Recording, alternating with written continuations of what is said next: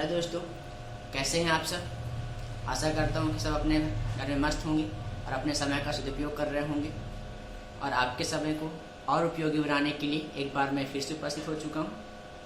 जैसे कि पता है हम किस लिए उपस्थित हुए आपके बीच। हम आपके बीच उपस्थित हुए हैं इम्पोर्टेंट क्वेश्चन सीरीज लेके, यानी कक्षा 12वीं के गणित के महत्वपूर्ण प्रश्नों की एक फिर से सूची लेके उपस्थित है।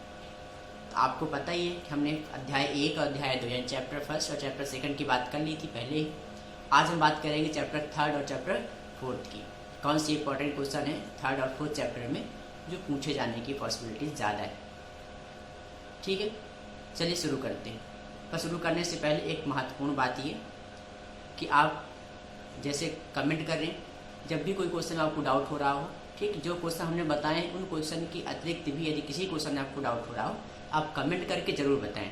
ठीक, कमेंट करना ना भूलें।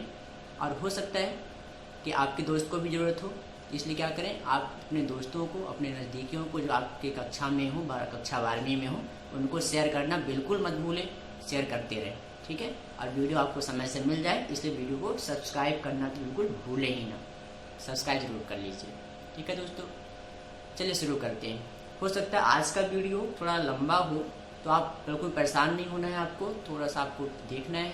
आपको जब भी थकावट महसूस हो आप वीडियो को पॉज कर लीजिए, थोड़ा सा नाश्ता कर लीजिए, पानी पी लीजिए, घूम लीजिए, फिर कुछ देर बाद देखिए। यानी कि वीडियो हो सकता है लंबा हो पर आपको परेशान होना नहीं है। आपको वीडियो को रोक रोक करके थोड़े थोड़े सेगमेंट में करके, भाग में करके देखना है, देखना जरूर है और नियमित आपको प्रैक्टिस करनी है। ठीक है, खैर हम लोग आते हैं अपने पॉइंट में। तो आज हम लोग बात करने वाले हैं चैप्टर थर्ड और फोर्थ के। आपको पता है चैप्टर थर्ड से 8 नंबर का और चैप्टर फोर्थ से 5 नंबर के प्रश्न आएगा।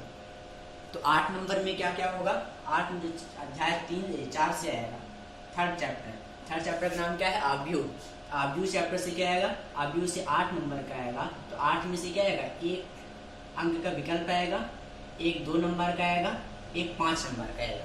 ठीक है। और जो अध्याय 4 है जिसको सरणी कहते हैं, उससे 5 नंबर का आएगा। तो 5 नंबर में से क्या होगा, एक विकल्प आएगा और एक 4 अंक का प्रश्न आएगा। ठीक है, एक 4 अंक का, एक अंक का, इस तरह से 4 प्रश्न आएंगे। ठीक है। तो आज हम लोग बात करेंगे विकल्प से, हम लोग बात नहीं कर रहे हैं फिलहाल, विकल्प आप प्रैक्टिस करेंगे। इस दिन लास्ट में विकल्प सारे चैप्टर के बताऊंगा।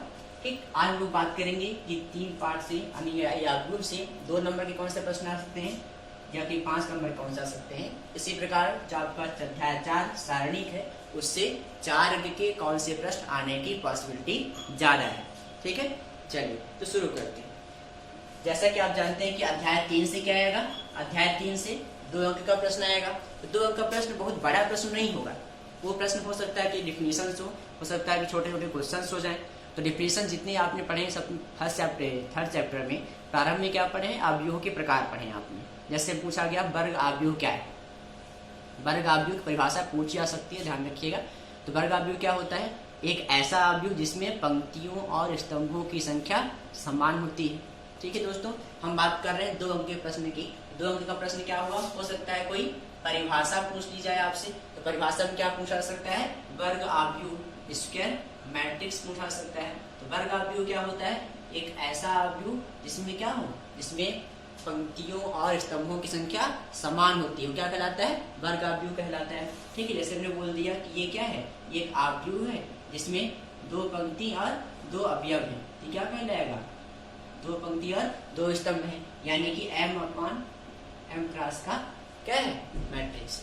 ठीक, इस मैट्रिक्स क्या कहेंगे, वर्ग आव्यूह कहेंगे। यानी परिभाषा के रूप में लिखना हो तो हम बोलेंगे एक ऐसा आव्यूह जिसमें जिस आव्यूह में पंक्तियों और स्तंभों की संख्या समान होगी वो क्या होगा, वर्ग आव्यूह कहलाएगा। क्या कहलाएगा, वर्ग आव्यूह कहलाएगा।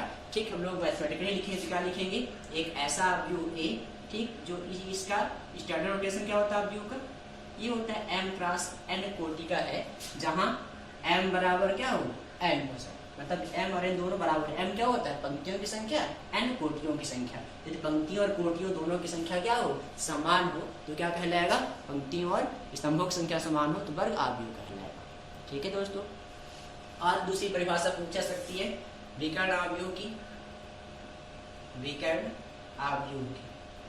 ठीक है, विकर्ण आव्यूह क्या होता है, विकर्ण अवयव एक वर्ग अवयव होता है, ध्यान रखिएगा। विकर्ण अवयव तभी बनेगा सबसे पहले जो वर्ग अवयव है तब, ठीक है। तो विकर्ण अवयव का मतलब एक ऐसा अवयव जिसके विकर्ण के अतिरिक्त समस्त अवयव शून्य हो, यानी कि ऐसा हो सकता है 2 0 0 0 5 0, ठीक है, 3 0 0 3, ऐसा हो सकता है। यानी कि जो विकर्ण है इस विकर्ण के अवयवों के अतिरिक्त अन्य सभी ऊपर के और नीचे के अवयव क्या होंगे, शून्य होंगे। ऐसा अवयव क्या कहलाता है, विकर्ण अवयव कहलाता है, ठीक है दोस्तों।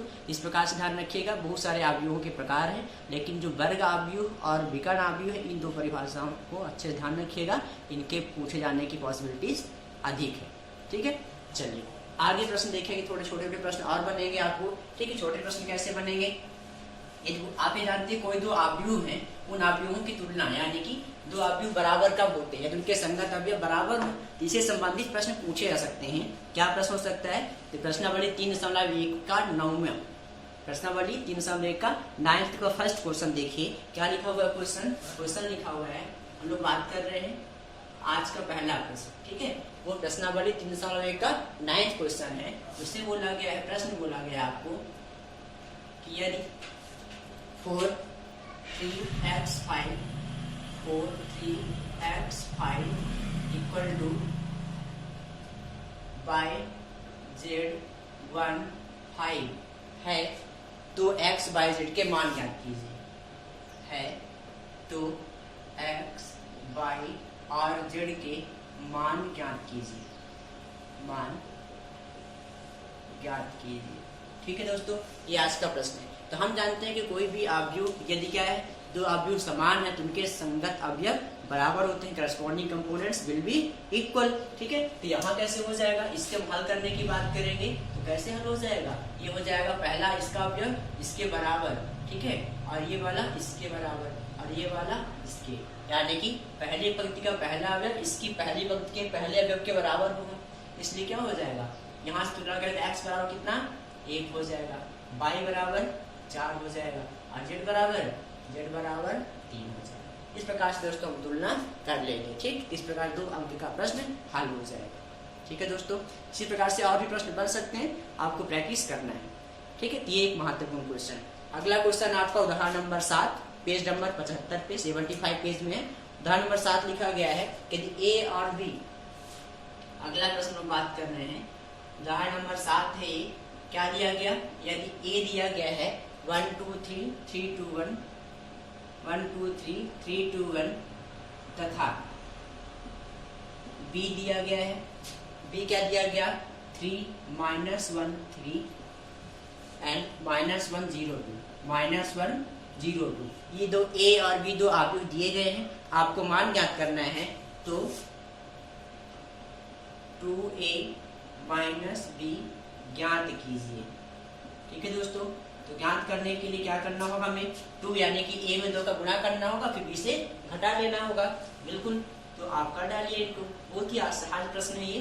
कैसे हो जाएगा, हम लोग ज्ञात करेंगे 2a - b, यानी 2 में a का गुणा करते गुणा करके कितना होगा 1 2 3 3 2 1, ठीक है, माइनस b क्या है, b है 3 -1 2 -1 0 एंड 2, ठीक है।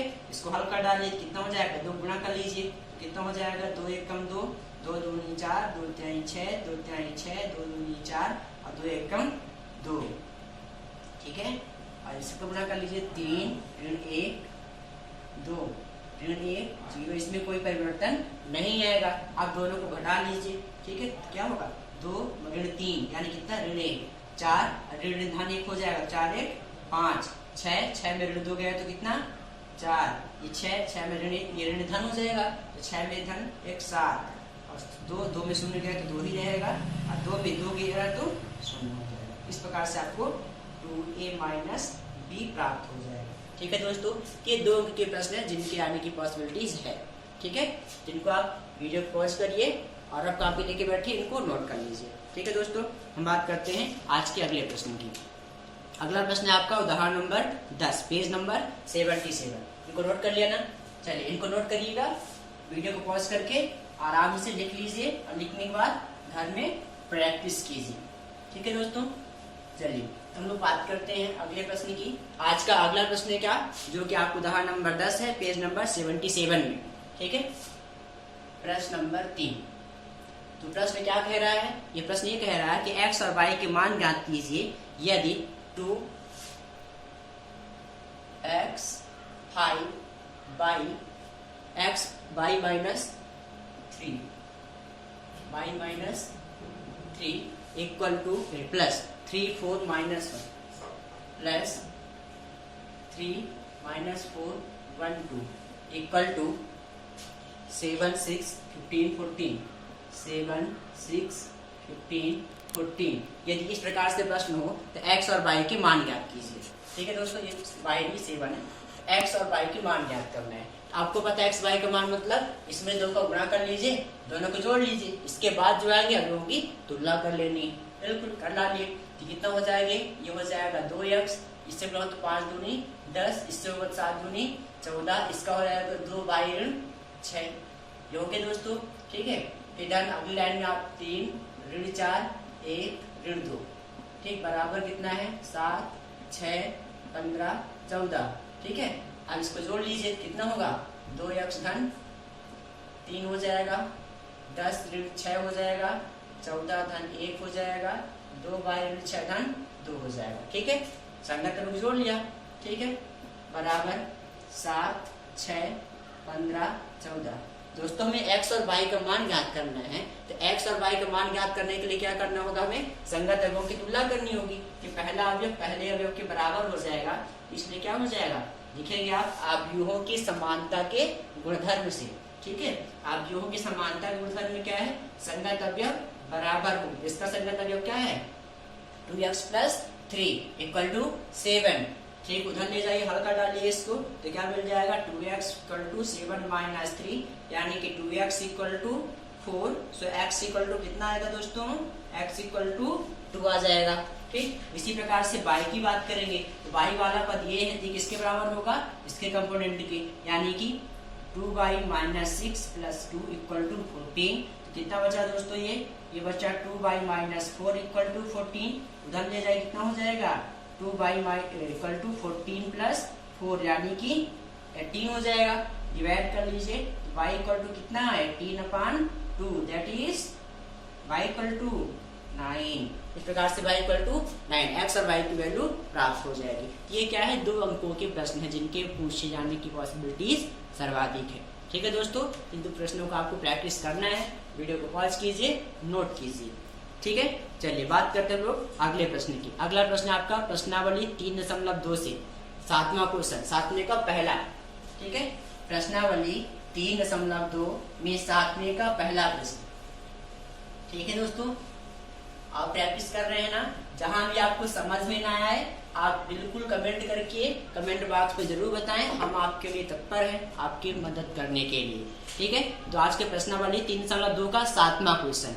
प्रश्न क्या कह रहा है, x और y ज्ञात कीजिए यदि, अब अवयव ज्ञात करना है आपको। ठीक है, आज का अगला प्रश्न है जो उसे बोला गया x और y ज्ञात कीजिए, x और y ज्ञात कीजिए यदि। अभी पीछे वाले प्रश्न में क्या था, पीछे वाले प्रश्न में था कि x और y ज्ञात करना है, उसमें अवयव x y थे, इसमें कैपिटल X कैपिटल Y लिखे, यानी कि अवयव ज्ञात करना है। ठीक है, दिया क्या गया आपको, दिया गया है 2 अवयवों का योग, यानी x plus y equal to क्या दिया गया 7205, 7205, और x माइनस y दिया गया आपको, x माइनस y क्या दिया गया 3003, 3003। ठीक है दोस्तों, आपने अच्छे से क्या करना है, आपको x और y के मान ज्ञात करने हैं। आपने अच्छे से पढ़ रखा है, क्या विलोपन विधि पढ़ रखी है, यानी कि एक बार दोनों को जोड़ दें तो y और y क्या हो जाएंगे, कैंसिल हो जाएंगे। ठीक है, तो जोड़ने पर क्या हो जाएगा, जोड़ने पर मिलेगा आपको 2x, तो ये y और ये y कैंसिल हो जाएगा। इसका मतलब इन दोनों का जोड़ रहे हैं, जोड़ लीजिए। इसका पहला अवयव पहले अवयव से 7 3 10, 0 धन 0 0 ही रहेगा, 2 धन 0 2 ही रहेगा, 5 धन 3 8 हो जाएगा। इस प्रकार से x 2x आ गया, तो उसे डिवाइड कर ले तो क्या मिल जाएगा, x मिल जाएगा, यानी 5 0 1 4। ये 2 था ना, 2 से विभाजित कर लिया, इस प्रकार से आपको x प्राप्त हो गया। बाई बाई कैसे मिलेगा, इन दोनों के इस बार घटा लीजिए, ठीक है। तो घटा लेंगे तो बाई मिल जाएगा, तो घटाएंगे तो ये दोनों क्या हो जाएंगे, कैंसिल हो जाएंगे, तो क्या हो जाएगी, ये मिल जाएगा आपका 2y। यहाँ लिखा है दोनों जोड़ने पर, यहाँ पर जोड़ने से प्राप्त हुआ, और ये क्या हो जाएगा दोस्तों, घटाने पर प्राप्त हो जाएगा, ठीक है। घटा लीजिए, घटाएंगे तो क्या हो जाएगा 2y इक्वल टू ये कितना आएगा 7 - 3 यानी कि 4, 0 - 0 यानी कि 0 रहेगा, 2 - 0 ये भी 2 ही रहेगा, 5 - 3 यानी कि 2 हो जाएगा, ये 2 है ना, डिवाइड कर लीजिए तो y कितना मिल जाएगा, y मिल जाएगा 2, 0, 1, 1। इस प्रकार से आपको x और y अवयव प्राप्त हो गए, ठीक है दोस्तों। तो आपको क्या करना होगा, x और y दिए हुए थे, दोनों का योग, दोनों का अंतर दिया था, एक बार दोनों को जोड़ेंगे तो x प्राप्त होगा, एक बार दोनों घटा देंगे तो y प्राप्त हो जाएगा। ये क्या हुआ आपके प्रश्नावली 3.2 के 7 माह का पहला प्रश्न, ठीक है, 7th का फर्स्ट पॉइंट है, तो आपको ध्यान रखना है, इसकी प्रैक्टिस करनी है, ठीक है। चलिए आज के अगले प्रश्न में, अगला प्रश्न है आपका प्रश्नावली 3.2 से ही है, 17th क्वेश्चन, 17वां प्रश्न, ठीक है दोस्तों। देखिए क्या कहता है 17वां प्रश्न, एक्सरसाइज 3.2 का क्वेश्चन नंबर 17। क्वेश्चन नंबर 17 कहता है दोस्तों, यदि a दिया गया है और i दिया गया है, यदि a बराबर, यदि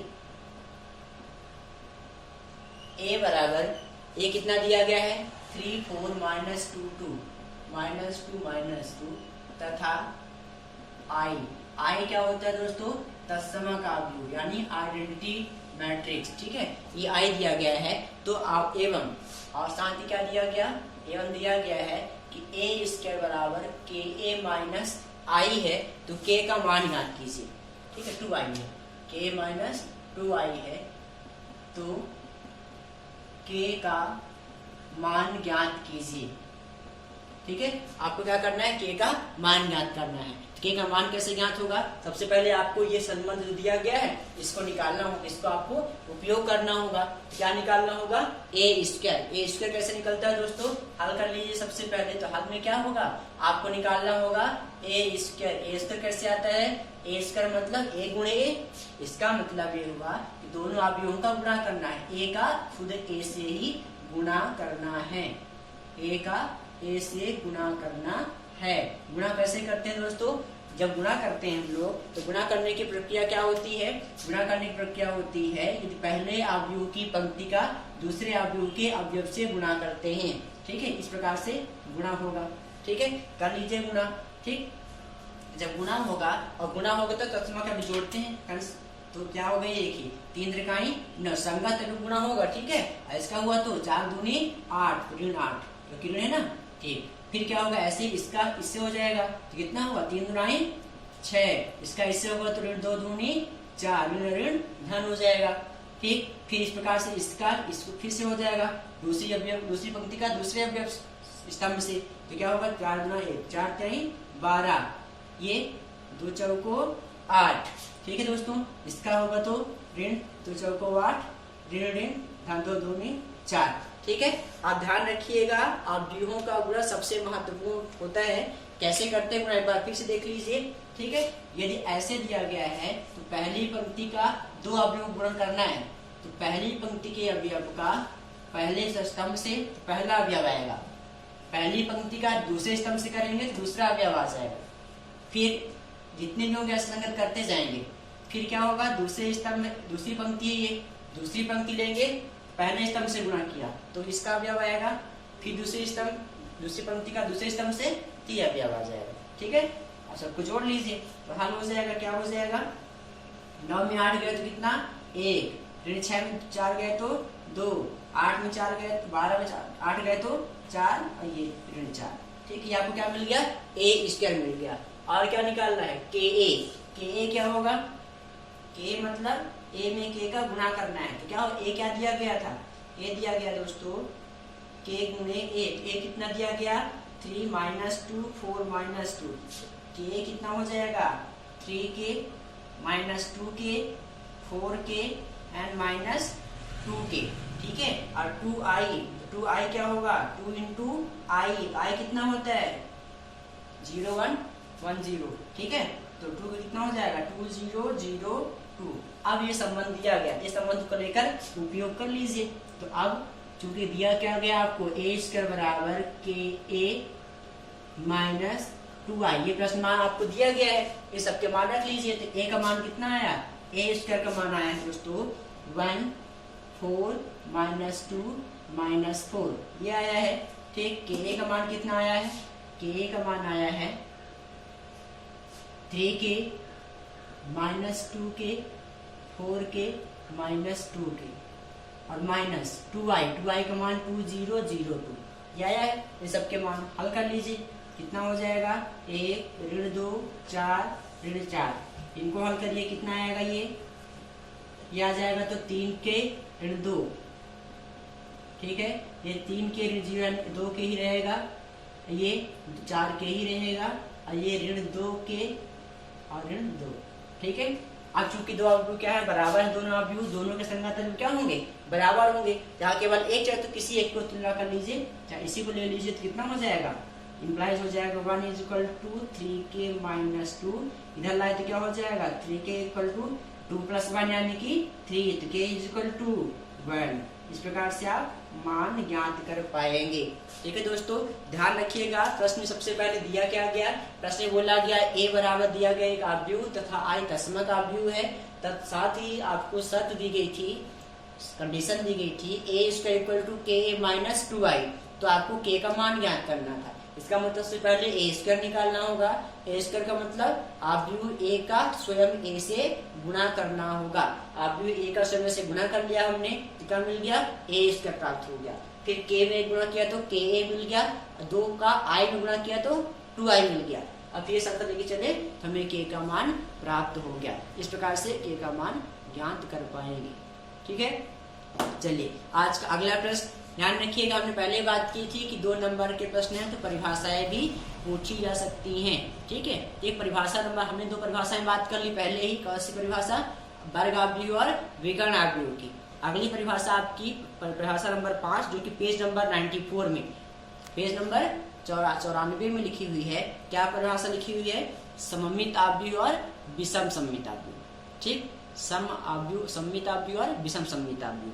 तो सममित अवयव, समसम्मित अवयव क्या कहलाता है, सबसे पहले हमने बात किया, क्या हमें बात करना है कि कोई भी अवयव समसम्मित अथवा विषम सममित अवयव कैसे कहलाता है, क्योंकि इसी समसम्मित और विषम सममित अवयवों के प्रकार आधारित प्रश्न भी पूछे जा सकते हैं। ठीक है, तो हम बात करेंगे पहले समसम्मित अवयव, समसम्मित अवयव। दूसरा होता है दोस्तों विषम सममित अवयव, विषम सममित अवयव।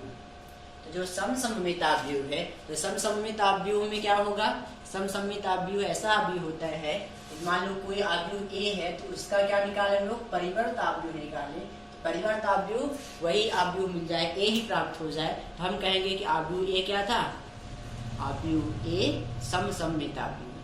किंतु यदि अवयव का परिवर्त निकालें और परिवर्त क्या हो जाए, परिवर्त उसका ऋणात्मक आ जाए, तो हम कहेंगे कि विषम सममित अवयव।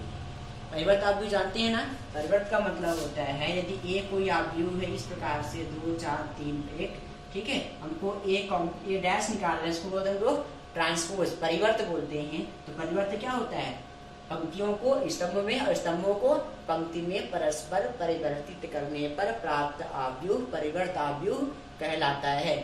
क्या कोई भी अवयव है, उस अवयव का परिवर्त अवयव दिए गए अवयव के पंक्तियों और स्तंभों को परस्पर बदलने पर प्राप्त अवयव ही दिए गए अवयव का परिवर्त कहलाता है। ठीक है, यहाँ अवयव है 2 4 3 1, तो ये जो ये रो है यानी कि पंक्ति है, इसको हम स्तंभ में यानी कि 2 4 और जो दूसरी इसको दूसरे स्तंभ में कर दे, तो क्या हो जाएगा, परिवर्त हो जाएगा। ठीक है दोस्तों, यहाँ परिवर्त करने पर क्या हो, किसी अवयव का परिवर्त करने पर वही अवयव यदि आ जाता है तो हम कहेंगे क्या है, ये समसम्मित कहलाएगा, माइनस आ जाए तो विषम सम्मित कहलाएगा।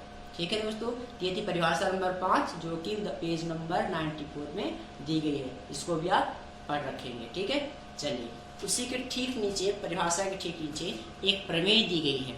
ठीक, प्रमेय कोई पढ़िएगा। प्रमेय क्या दी गई है, ध्यान से पढ़िए। पेज नंबर 94 में ही प्रमेय नंबर 1, पेज नंबर 94 में प्रमेय नंबर 1, जो कि समसममित और विषम सममित अवयवों पर आधारित है, उसमें क्या लिखा है, वास्तविक अवयवों वाले किसी वर्ग अवयव A के लिए प्रमेय नंबर 1 है, जो पेज नंबर 94 पे लिखी हुई है। प्रमेय कथन ये है, वास्तविक अवयवों वाले किसी अवयव, वास्तविक अवयवों वाले किसी वर्ग अवयव A, किसी वर्ग अवयव A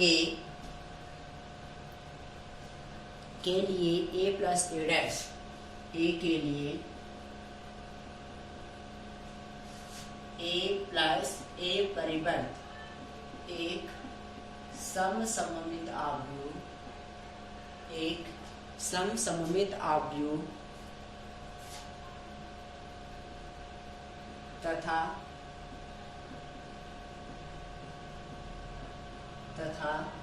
A minus A dash एक विषम सममित अवयव होता है,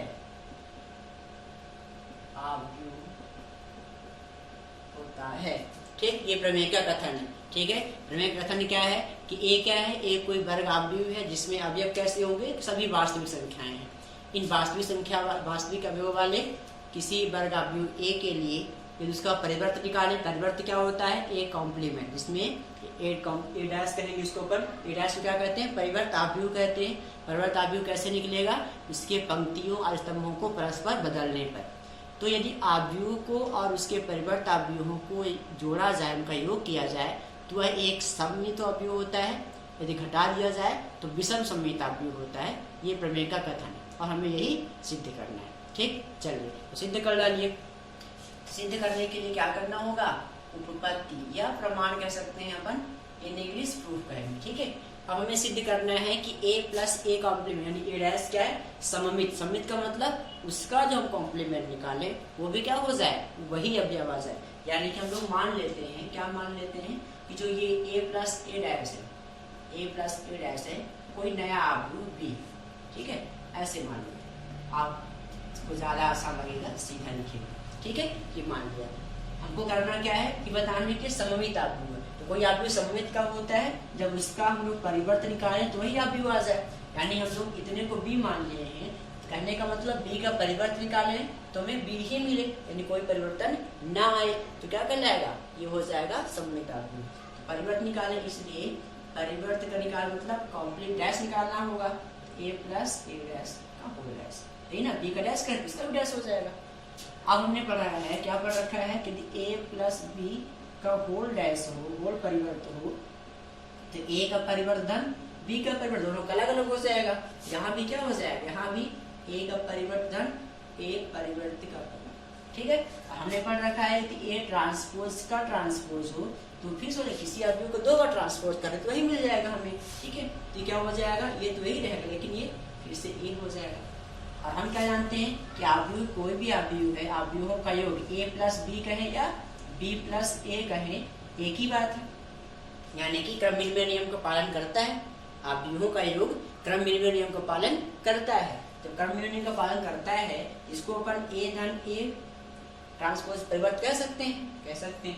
ये चीज क्या आ गई है, B आ गया, यानी कि B आ गया। तो हमने देखा कि B का कॉम्प्लीमेंट क्या आ गया, B ही आ गया। इसका मतलब क्या हुआ, अतः B मतलब A प्लस A कॉम्प्लीमेंट एक सममित अवयव है, एक सममित अवयव है। इस प्रकार से हम अवयवों का ये योग, एक अवयव उसके परिवर्त का योग एक सममित अवयव होता है, ये सिद्ध कर पाएंगे, ठीक है।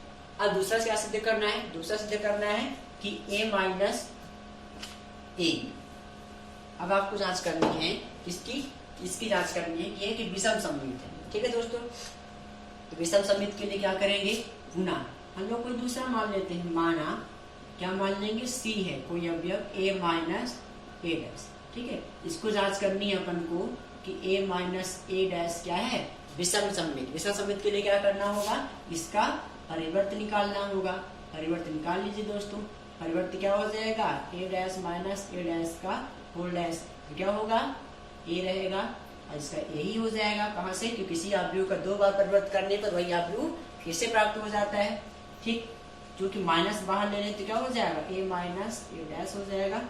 ये क्या है, ये सी आ गया। इसका मतलब कि सी कॉम्प्लीमेंट क्या है, माइनस सी डैश आया, अतः ए माइनस ए डैश यानी ए परिवर्त एक विषम सममित आव्यूह है। एक विषम सममित आव्यूह है। इस प्रकार से हम जांच कर पाएंगे कि कोई भी आव्यूह सममित आव्यूह है, यानी कि ये जिनका योग सममित कहलाएगा, उनका अंतर विषम सममित आव्यूह होगा। ये है 4 अंक पर आधारित प्रश्न। ठीक है, ध्यान रखिएगा। प्रमेय नंबर 1 है जो कि पेज नंबर 94 में दी हुई है। ठीक है, चलिए हम लोग बात करते हैं अगले प्रश्न की। अगला प्रश्न है उदाहरण नंबर 22, पेज नंबर 95 का। Page number 95, example number 22। इसको नोट कर लिए ना, इसको नोट करिएगा, वीडियो पॉज कर लीजिए और नोट करिए। ठीक है, और लिखिए आराम से और इनको प्रैक्टिस करिए। यदि आपको थोड़ा थकान लग रही हो, आप आराम से वीडियो को पॉज करिए, थोड़ा सा घूम के आइए, रेस्ट कर लीजिए, फिर आके पुनः शुरू करिए, कॉपी पेन उठाइए और लिखना शुरू कर लीजिए। चलिए बात करते हैं लोग अगले प्रश्न की। अगला प्रश्न है उदाहरण नंबर 22, पेज नंबर 95। ठीक, प्रश्न कहता है आव्यूह बी, आव्यूह क्या दिया गया, 2 minus 2 4 minus 1 3 4 and 1 minus 2 minus 3। ये आपका आव्यूह दिया गया है। आपको बताना है इस आव्यूह को एक सममित आव्यूह तथा एक विषम सममित आव्यूह के योग के रूप में व्यक्त कीजिए। ठीक, क्या बोला गया, आव्यूह जो भी है इस आव्यूह को एक सममित आव्यूह तथा एक विषम सममित आव्यूह के योग के रूप में व्यक्त कीजिए। तो सबसे पहले क्या करना होगा, इसका एक सममित आव्यूह निकालना होगा और दूसरा विषम सममित निकालना होगा और दोनों को योग करना होगा, दोनों को जोड़ना होगा। ठीक है, तो सममित आव्यूह क्या होता है, अभी हमने प्रमेय में पढ़ा है कि जो a प्लस ए डैश होता है वो क्या होता है, सममित आव्यूह होता है, और जो a माइनस ए डैश होता है वो विषम सममित होता है। यानी कि जो यहाँ आव्यूह b दिया गया, इस आव्यूह b का क्या निकालना होगा आपको, पहले सममित यानी a प्लस ए डैश और b प्लस b डैश। इसका मतलब पहले डैश निकालना होगा, तो क्या निकालना है, इसका परिवर्त निकालना है। परिवर्त क्या हो जाएगा, पंक्तियों को स्तंभों में और स्तंभों को पंक्तियों में परिवर्तित कर दें। तो पहली पंक्ति आपकी, पहली पंक्ति क्या है, 2 minus 2 minus 4, इसको स्तंभ में परिवर्तित कर दिया। दूसरी पंक्ति को दूसरे स्तंभ में, तीसरी पंक्ति को तीसरे स्तंभ में। ठीक है, मिल गया, इसका परिवर्त मिल गया दोस्तों। ठीक, अब हमें क्या निकालना है, इसका सममित निकालना है। सममित कैसे प्राप्त होगा, सममित मान लेते हैं हम लोग P है। ठीक है, P कैसे मान लेते हैं, P जो आएगा 1/2 b धन b डैश।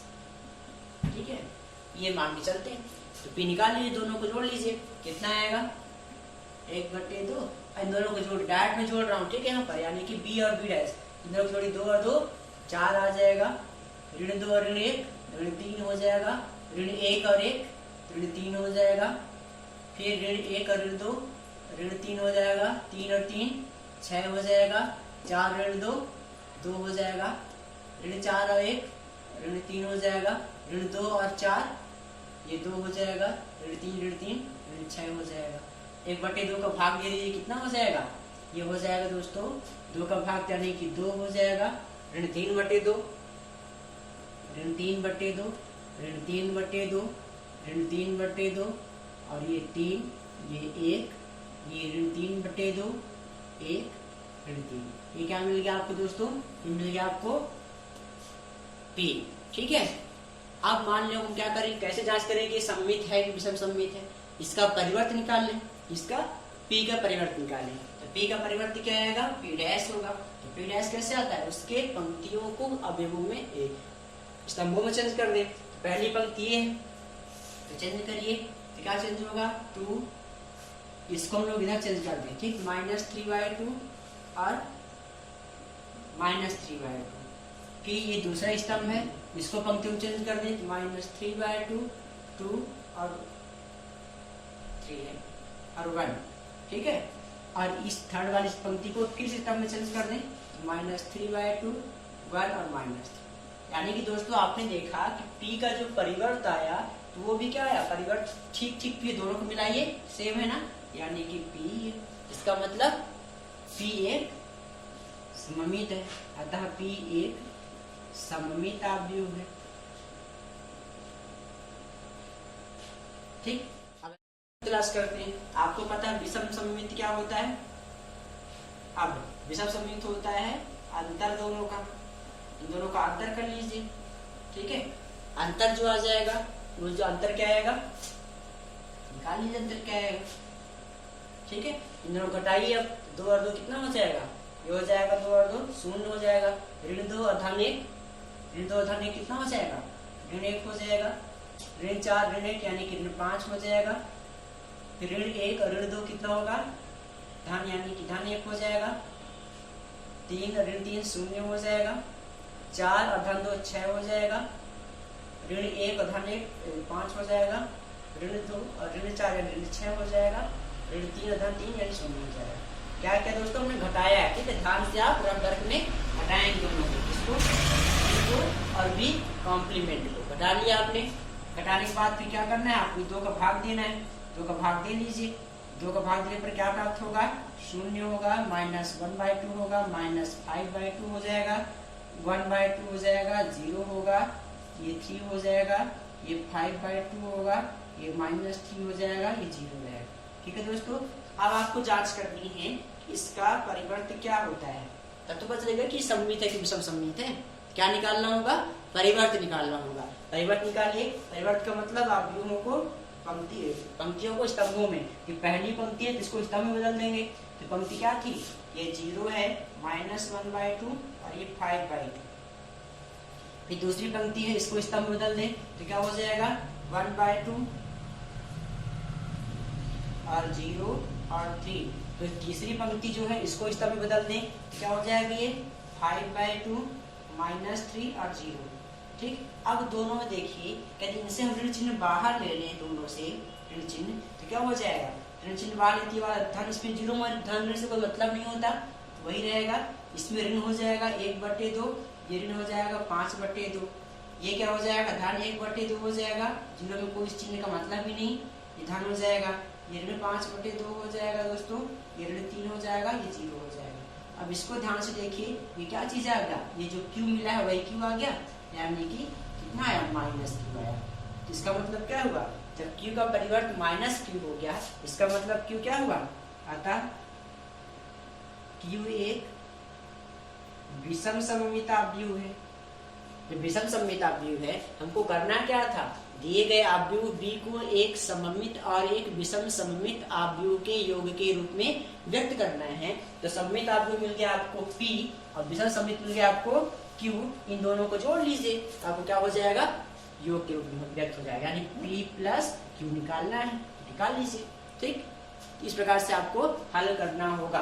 तो आप क्या करिए, वीडियो को आराम से पॉज करिए और नोट करके प्रैक्टिस करिए, ठीक है दोस्तों। ये क्या है, आपके उदाहरण नंबर 22 पेज नंबर 95 का प्रश्न है, ठीक है दोस्तों। चलिए हम बात करते हैं आज के अगले प्रश्न की। अगला प्रश्न आपका है प्रश्नावली 3.3 का क्वेश्चन नंबर 6 का फर्स्ट, ठीक है। तो हम बात कर रहे हैं आज के अगले प्रश्न की। तो अगला प्रश्न आपका प्रश्नावली 3.3 का 6वें का फर्स्ट क्वेश्चन है, ठीक है। क्वेश्चन क्या कहता है, प्रश्न कहता है यदि A दिया गया है कोई आव्यूह, प्रश्न हम बात कर रहे हैं कि आव्यूह A है, A दिया है cos alpha, sin alpha, -sin alpha, cos alpha, ये आज का आव्यूह A है। ठीक है। तो आप भी ये है तो सत्यापित कीजिए, वो तो सत्यापित कीजिए। क्या सत्यापित करना है? ए परिवर्त बराबर आई होगा, ठीक है। यानी क्या निकालना होगा? सबसे पहले आपको ए दिया गया है, ए का परिवर्त निकालना है, दोनों का गुणा करना है। दोनों गुणा क्या आएगा? आई के बराबर आएगा। आई मतलब तत्समक आप के बराबर होगा। ये हमें सिद्ध करना है, ठीक है। सिद्ध करते हैं। सबसे पहले क्या निकालें हम लोग? ए तो दिया गया है आपको, ए का परिवर्त निकाल। ए का परिवर्त क्या हो जाएगा? जो पंक्तियां थी उनको स्तंभों में, तो पंक्ति क्या थी? कास अल्फा साइन अल्फा, और दूसरी पंक्ति को दूसरे स्तंभ में minus sine alpha cos. Change हो गया। चलिए अब क्या करना है? दोनों का गुणा करना है, यानी कि अब आपको करना है ए डॉट ए काउंट, दोनों का गुणा करना है। तो ए कितना है?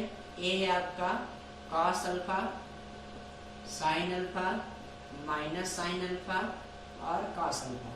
ये क्या हुआ? आपका आव्यूह ए है, ठीक, गुणे आव्यूह बी। तो अब ए परिवर्त कितना है? ए परिवर्त है cos alpha minus sine alpha और कॉस अल्फा, ठीक है दोस्तों। अब क्या करना है? दोनों का गुणा करना है। गुणा कैसे करते हैं याद है आपको ना? गुणा करने के सबसे पहले क्या करेंगे हम लोग? इसके पहली पंक्ति का पहले स्तंभ से, ठीक है। करिए, क्या आएगा? कॉस और कॉस स्क्वायर अल्फा, इसका इससे तो साइन और साइन स्क्वायर अल्फा, दोनों को जोड़ते हैं। जोड़ लिया हमने। फिर पहले पंक्ति का दूसरे स्तंभ से sine alpha cos alpha minus sine alpha cos alpha, फिर प्लस इसका इससे तो साइन अल्फा और कॉस अल्फा, ठीक है। अब क्या करना होगा दोस्तों? अगली बार हमें जब इस पंक्ति की बात करें तो फिर इस स्तंभ से करना होगा, ठीक है। तो कर लिए, क्या हो जाएगा? माइनस साइन और cos, minus sine alpha cos alpha, फिर प्लस इन दोनों का कॉस अल्फा साइन अल्फा, फिर इसका दूसरे पंक्ति से भी करेंगे। कितना होगा? माइनस और माइनस प्लस, साइन और साइन स्क्वायर अल्फा और प्लस कॉस और कॉस स्क्वायर अल्फा। इस प्रकार से आपने क्या कर लिया दोस्तों? गुणा कर लिया। अब देखिए क्या हो जाएगा? ये पहले सर्वसंख्या एक हो जाएगा, दो धन समान चिन्ह कैंसिल, तो जीरो। ये क्या हुआ? जीरो, और ये सर्वसंख्या एक से एक आ गया, बराबर क्या मिल गया? आई। इस प्रकार से सत्यापित हुआ कि ए और ए परिवर्त का गुणनफल आई होता है, ठीक है। ये प्रत्येक आव्यूह के लिए सत्य हुआ। तो ये क्या हुआ? ये था प्रश्नावली 3.3 का छठवें का पहला प्रश्न, ठीक है दोस्तों। तो आप आव्यूह दिया गया था cos alpha sine alpha minus sine alpha cos alpha, तो आपको सत्यापित करना था कि ए कॉम्प्लीमेंट यानी परिवर्त बराबर आई होता है। क्या करना था आपको? सबसे पहले परिवर्त निकाल लिया आपने। परिवर्त का मतलब आव्यूह की पंक्तियों को स्तंभ में बदल दिया, तो क्या मिल गया आपको? परिवर्त मिल गया। फिर दोनों परिवर्तों का गुणन किया, गुणनफल देखा आपने कि आपको तत्समक आव्यूह प्राप्त हो चुका है। इस प्रकार से आप जांच कर पाएंगे कि कोई भी आव्यूह और उसके परिवर्त का गुणन तत्समक होता है, ठीक। वीडियो को पॉज करिए और नोट कर रहे। हम बात करते हैं आज के अगले प्रश्न की, ठीक है दोस्त। अगला प्रश्न है क्या? 8वां, प्रश्नावली 3.3 का ही 8वां प्रश्न। प्रश्नावली 3.3 का 8वां प्रश्न। 8वां प्रश्न क्या है? 8वां प्रश्न है आव्यूह ए, 8वें का पहला है, ठीक है। प्रश्नावली 3.3 में 8वें का पहला प्रश्न है। प्रश्न कहता है कि आव्यूह ए 1, 5, 6, 7 के लिए सत्यापित कीजिए। आव्यूह ए के लिए 1, 5, 6, 7 के लिए सत्यापित कीजिए, के लिए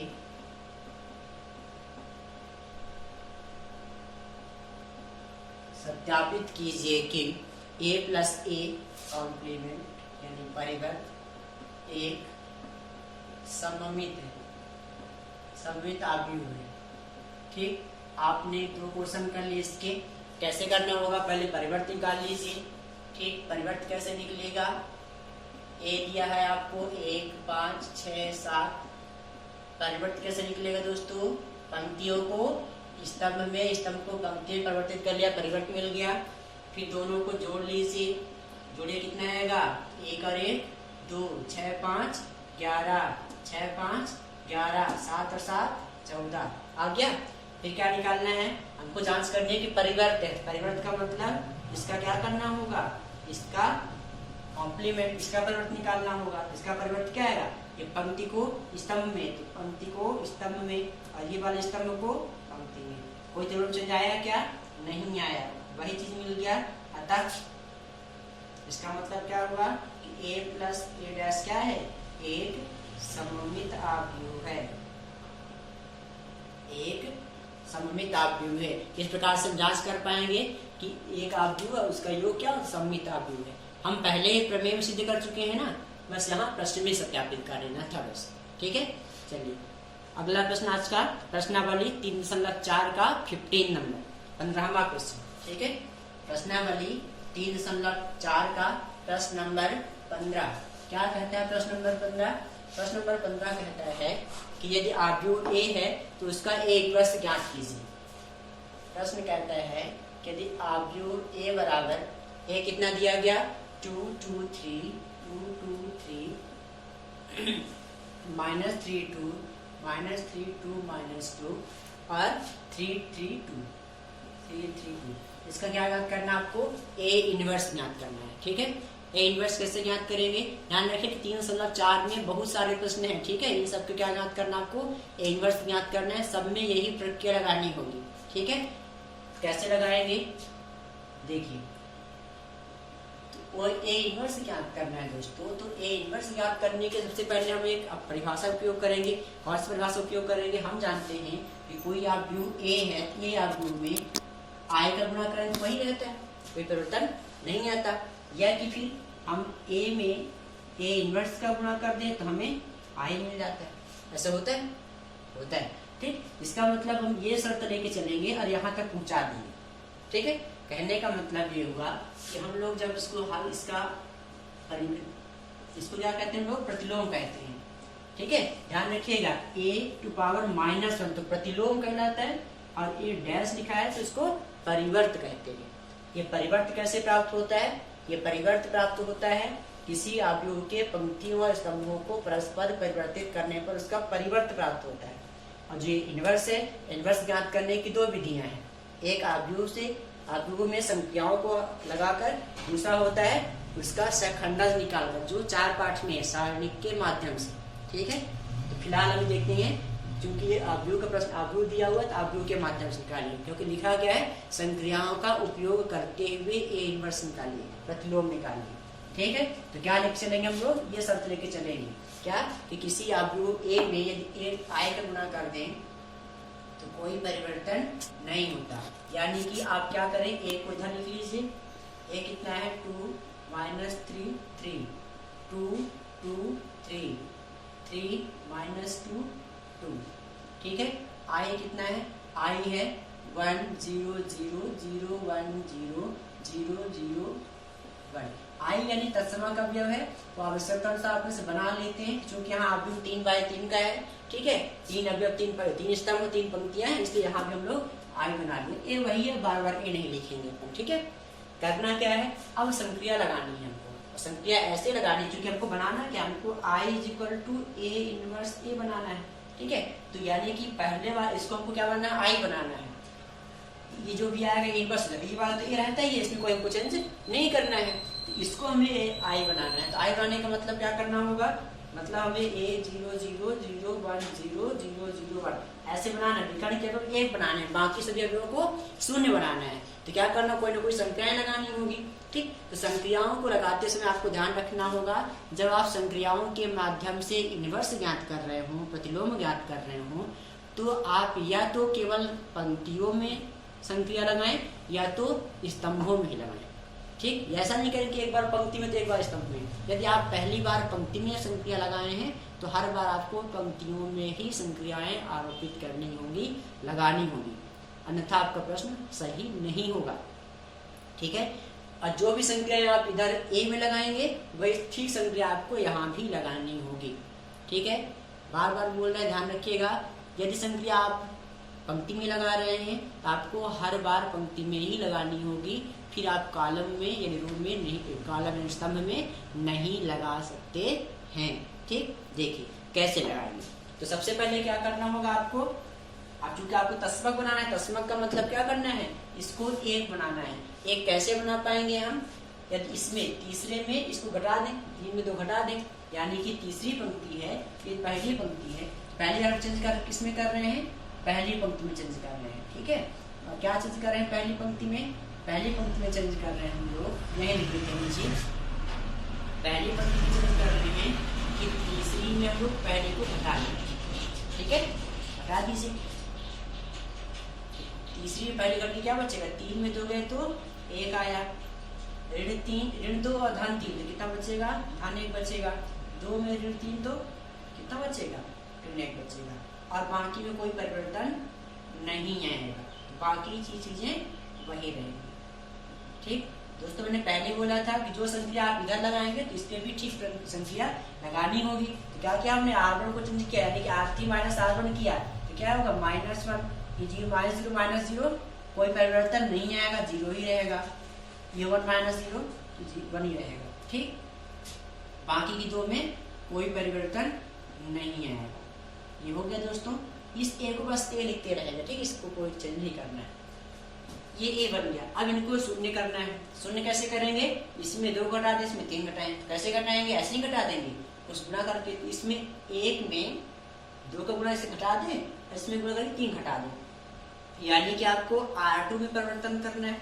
R2 में कैसे परिवर्तन होगा, R2 में घटा दें क्या, 2 में 2R1, इसमें 2 का गुणा करके घटा दें तो 0 हो जाएगा, तथा और क्या कर दें, R3 में परिवर्तन कर दें तो क्या हो गया, इसमें गुणा करके घटा दें, यानी कि R3 में क्या घटा दें, 3 में R1 गुणा करके घटा दें। ठीक है, ध्यान रखना है, क्योंकि आपने यहाँ पंक्ति की संख्या लगाई है, इसलिए आगे आपको पंक्तियों में ही लगानी होगी, आप स्तंभ में नहीं लगाएंगे तो हल सही नहीं होगा। ठीक, कर डालिए, यानी कि अब R1 में कोई चेंज नहीं आएगा, R1 पूरा आपका ठीक ठीक कॉपी हो जाएगा। R2 घटा रहे हैं, क्या घटा रहे हैं, R2 में 2R1, यानी R1 2 पूरा कर घटा देंगे, 2 1 कम 2, इसे घटा देंगे कितना हो जाएगा, 0, 2 1 कम 2 घटा देंगे तो कितना हो जाएगा, 0, 2 1 कम 2 घटा देंगे तो कितना हो जाएगा, धन 5।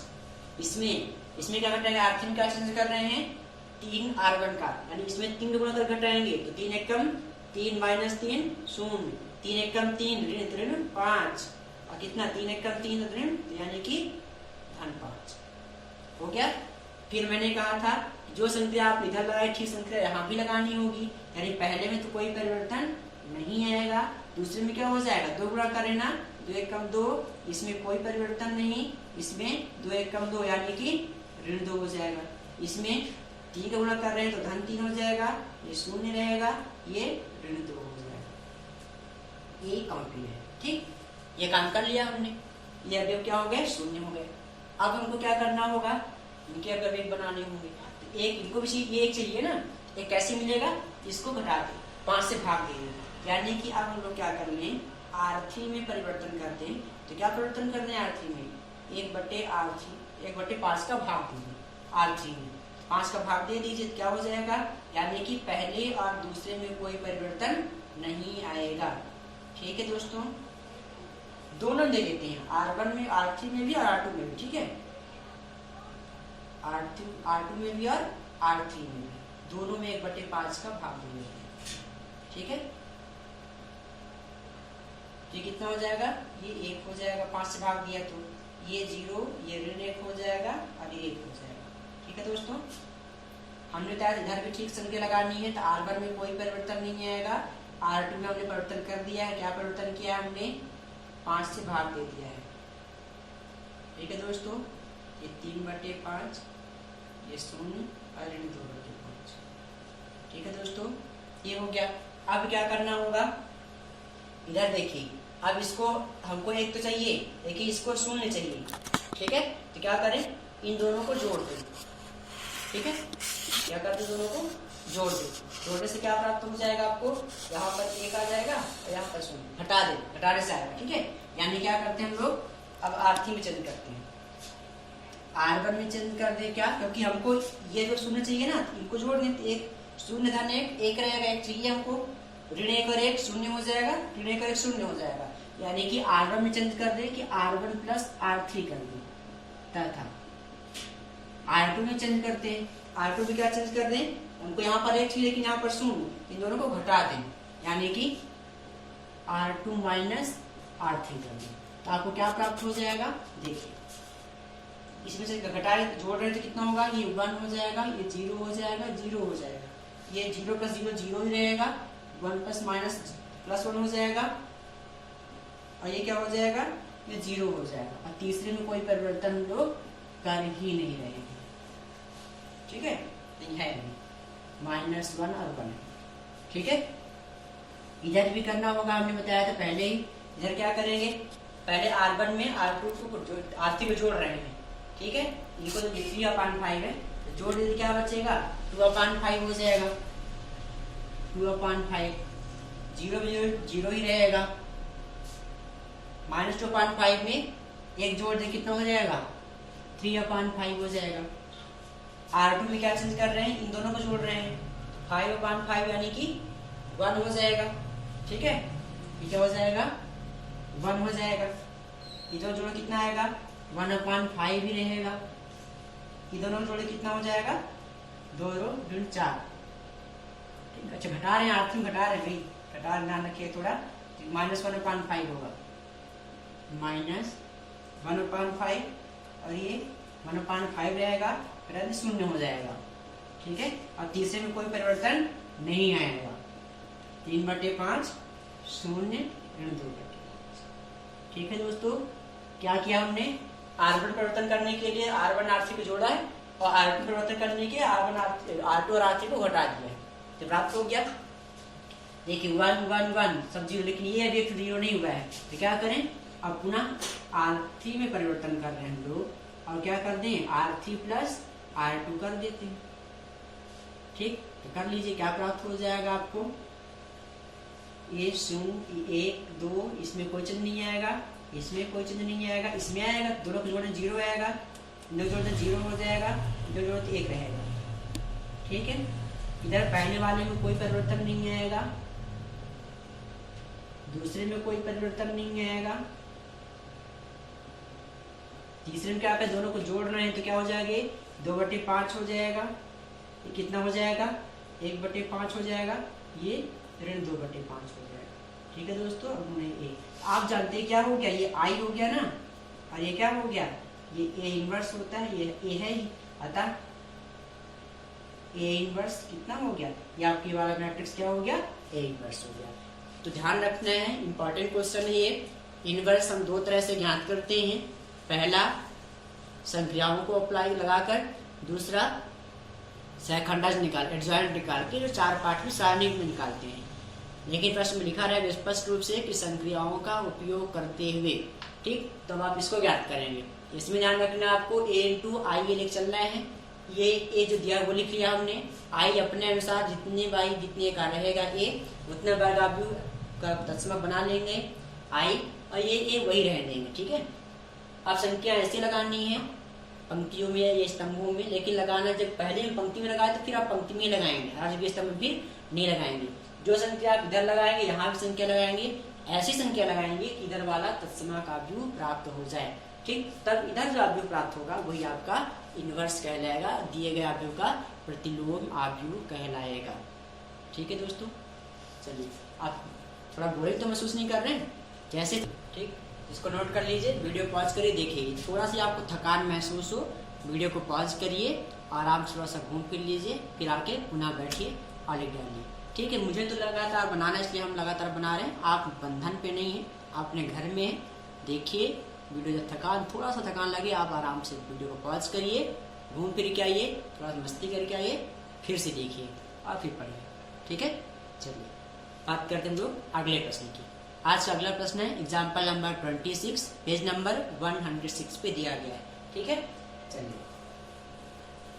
उदाहरण नंबर 26, प्रतिलोम समझ में आ गया दोस्तों, कैसे याद करेंगे ना, इनकी प्रैक्टिस करनी है आपको। 3.4 में बहुत सारे प्रश्न इसके दिए गए हैं, आपको प्रैक्टिस करनी है, एक प्रश्न आना अनिवार्य ही है, ध्यान रखिएगा, ठीक है।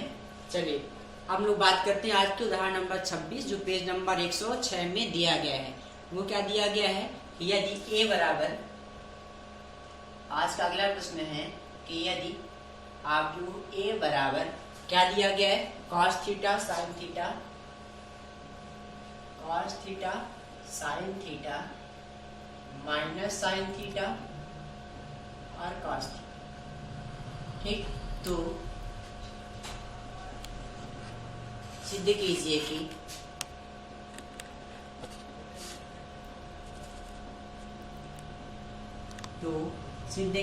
कि a to power n is equal to cos n theta sin n theta minus sine n theta cos n theta होता है, जहाँ n क्या है, n कोई भी नेचुरल नंबर है। ये आपको सिद्ध करना है। ठीक है, सबसे पहले हम जानते हैं कि a की पावर 2 होती, 3 होती, तो चल जाता, हम लोग कहाँ से निकाल लेते हैं, a का गुणा कर लेते हैं। पावर n है तो n में n बार आप गुणा करना संभव नहीं है, इतना आसान नहीं है, इसलिए क्या करेंगे हम लोग यहाँ आगमन विधि का उपयोग करेंगे। इसको सिद्ध करने के लिए आगमन विधि का प्रयोग करेंगे हम लोग। आगमन विधि याद है ना, कक्षा 11 में हम लोगों ने पढ़ रखी थी आगमन विधि। यानी कोई भी प्रमेय, कोई भी आपको कथन सिद्ध करना है, उसके लिए क्या करते हैं, पहले 1 के लिए 2 के लिए सत्यापित करते हैं कि हाँ सही है, k के लिए मान चलते हैं, यदि k के लिए सही है तो फिर उसको अगली संख्या k+1 के लिए सिद्ध करते हैं।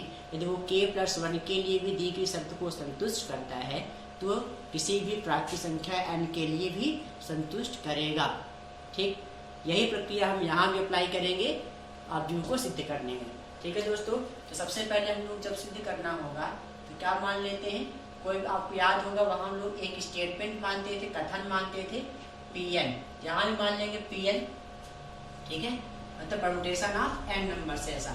Pn में क्या दिया हुआ है, ये दिया हुआ है, a दिया है cos theta minus sine theta और cos थीटा। ठीक है, तो आपको दिखाना है कि an is equal to cos n theta sine n theta minus sine n theta और cos n थीटा, ये आपको दिखाना है। ठीक है, तो हम लोग किसके लिए चलेंगे, n बराबर 1 के लिए, n बराबर 1 के लिए, तो यानी क्या रखेंगे हम लोग, n के स्थान पर 1 रख लेंगे। ठीक है, यदि a कितना है, cos theta sine theta minus sine theta cos theta है, तो a टू पावर 1 कितना होगा, यानी कि n के स्थान पर 1 रख देंगे तो कितना हो जाएगा, cos theta sine theta minus sine theta cos theta, यानी कि अतः n बराबर 1 के लिए अपना जो परिणाम है वो क्या है, सत्य है। ठीक है, तो अब हम लोग मान लेते हैं कि ये क्या है, n बराबर k के लिए दिया गया परिणाम में क्या है, k के लिए भी सत्य है। ठीक है, जब k के लिए सत्य होगा इसका मतलब क्या हो जाएगा, इसलिए जो pk आएगा तो कितना हो जाएगा, यदि pk a बराबर कितना दिया है, cos theta sine theta minus sine theta cos theta, तो a टू पावर k कितना हो जाएगा, a टू पावर k हो जाएगा cos k theta minus sine k theta minus sine k theta और cos k थीटा। ये कहाँ से आ गया दोस्तों, n के स्थान पर k पुट कर लिया हमने। ठीक है, ये मान लीजिए इस k के लिए सत्य है। अब हमें क्या दिखाना होगा, अब हमें दिखाना है कि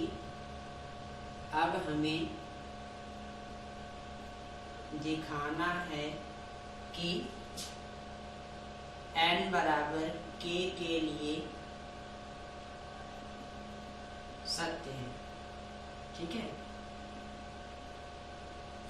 इसलिए क्या करना होगा आपको, pk+1 लेके चलना होगा, यानी क्या हो जाएगा, a to power k+1, k+1 ही a टू पावर k। ठीक है, a कितना दिया गया आपको, a है आपका cos theta sine theta minus sine theta और cos theta into a to power k। a to power k कितना है, ए टू पावर के है कॉस के थीटा साइन के थीटा माइनस साइन के थीटा और कॉस के थीटा। ठीक है, अब क्या करना होगा, दोनों को गुणा करना होगा। ठीक, गुणा कर डालिए। क्या आएगा गुणा करने पर? हमने ध्यान रख दिया, पहले गुणन सीख लिया है कैसे गुणा करते हैं। इसकी पहली पंक्ति का इसके पहले स्तंभ से गुणा करेंगे। ठीक है, यानी कि इसका इससे यानी कॉस थीटा कॉस के थीटा क्या हो जाएगा, ये हो जाएगा कॉस थीटा कॉस के थीटा, फिर प्लस होता है क्या हो जाएगा इसका साइन थीटा साइन के थीटा साइन के थीटा। ठीक है दोस्तों, फिर इसका फिर से पहले वाले का कर देते क्या हो जाएगा माइनस साइन थीटा कॉस के थीटा और इससे होगा तो माइनस कॉस थीटा साइन के थीटा। हो गया दोस्तों। अब पहली पंक्ति का दूसरे स्तंभ से करेंगे, दूसरा अवयव आएगा कॉस थीटा साइन के थीटा कॉस थीटा साइन के थीटा, फिर प्लस साइन थीटा कॉस के थीटा साइन थीटा कॉस के थीटा। ठीक है दोस्तों, फिर दूसरी पंक्ति का दूसरे स्तंभ से करेंगे तो दूसरा अवयव आएगा माइनस साइन थीटा साइन के theta minus sine theta sine के theta plus cos theta cos के theta plus cos theta cos के थीटा, ये गुना होते। ठीक, अब आप थोड़ा सा याद करिए, त्रिकोणमिति आपने सब फॉर्मूला पढ़ रखा है, cos A cos B minus sign A sine B बराबर क्या होता है कॉस ए प्लस बी। और है ना आपने, फिर इससे माइनस ले लेंगे बाहर तो क्या हो जाएगा, दोनों प्लस में जाएंगे, sine A cos B plus cos A sine B equal to क्या होता है sine A plus B. A के स्थान पर थीटा, बी के स्थान पर के थीटा। ठीक, ये क्या है cos A sine B plus sign A cos B, ये भी क्या होता है साइन ए प्लस बी होता है दोस्तों। इससे क्या हुआ cos A minus cos B minus cos sine minus sine B, तो क्या होता है कॉस ए माइनस बी, है ना, cos A cos B minus sign A sine B, तो क्या होता है कॉस ए प्लस बी। हो गया। चलिए इससे क्या कर रहे हैं हम लोग, ये कॉस थीटा है, के बाहर थीटा बाहर लेते क्या बचे के प्लस 1 थीटा माइनस साइन के प्लस 1 थीटा साइन के प्लस 1 थीटा कॉस के प्लस 1 थीटा। ठीक है दोस्तों, तो ध्यान से देखिए कि क्या हुआ, n के स्थान पर k प्लस 1 आ गया ना। ठीक है, तब n के स्थान पर k प्लस 1 आ गया, इसका मतलब कि दिया गया परिमाण क्या है, परिणाम k प्लस 1 के लिए भी सत्य है। अतः n बराबर k के लिए परिणाम सत्य है, इसलिए यह प्रत्येक n belongs to capital N यानी कि सभी प्रकार की संख्याओं के लिए सत्य होगा। कैपिटल N के लिए सत्य होगा। ठीक है, अतः a to power n is equal to cos n theta sine n theta minus sine n theta cos n theta है। इस प्रकार से प्रश्न को सिद्ध करेंगे। ये कौन सी विधि हो गई, ये आगमन विधि, क्योंकि हम जानते हैं कि a टू पावर n यानी कि a का n बार गुणा करना संभव नहीं है, इसलिए क्या करेंगे, इसको सिद्ध करने के लिए हम आगमन विधि का उपयोग करेंगे। आगमन विधि क्या होती है, इसके कथन मान लिया हमने, n बराबर 1 के लिए सत्य है, देखा हमने n बराबर k के लिए सत्य मान लिया। k के सत्य मानना का मतलब कि जहाँ भी n था वहाँ k रख लिया। अब ये जांच करनी थी k प्लस 1 के लिए भी सत्य है या नहीं, तो k प्लस 1 मतलब a की पावर k इंटू ए, यानी a और k वाले को दोनों गुणा किया हमने, देखा हमने पाया कि k प्लस 1 के लिए भी ये सत्य हो गया। ठीक है, इसलिए क्या हो, इस सभी पूर्णांकों के लिए सत्य हो जाएगा। अतः a to power n is equal to क्या हो गया, जो दिया गया था सिद्ध हो गया। ठीक है दोस्तों, ये थे आपके अध्याय 3 के इतने से प्रश्न। इनको आपको नियमित प्रैक्टिस करनी है। पेपर आपके बहुत नज़दीक आ चुके हैं, आपको टाइम टेबल मिल चुका है। 7-9 तारीख को गणित का पेपर है। ठीक, तो आपको लगातार प्रैक्टिस करनी है। कमेंट बॉक्स में कमेंट करके जरूर बताना है आपको कहाँ आपको कठिनाई महसूस हो रही है। अभी आप कमेंट नहीं कर रहे हैं, शायद आप कुछ पढ़ नहीं रहे अच्छे से। थोड़ा और अच्छे से मेहनत करिए और कमेंट करिए। कमेंट करके बताइए जरूर आपको कहाँ कठिनाई महसूस हो रही है। हम आपके लिए तत्पर हैं, आपकी सेवा में। ठीक, आपको डरना नहीं है क्योंकि हम हैं आपके साथ। बस आप बने रहिए मेरे साथ। ओके, आज के लिए इतना ही। धन्यवाद।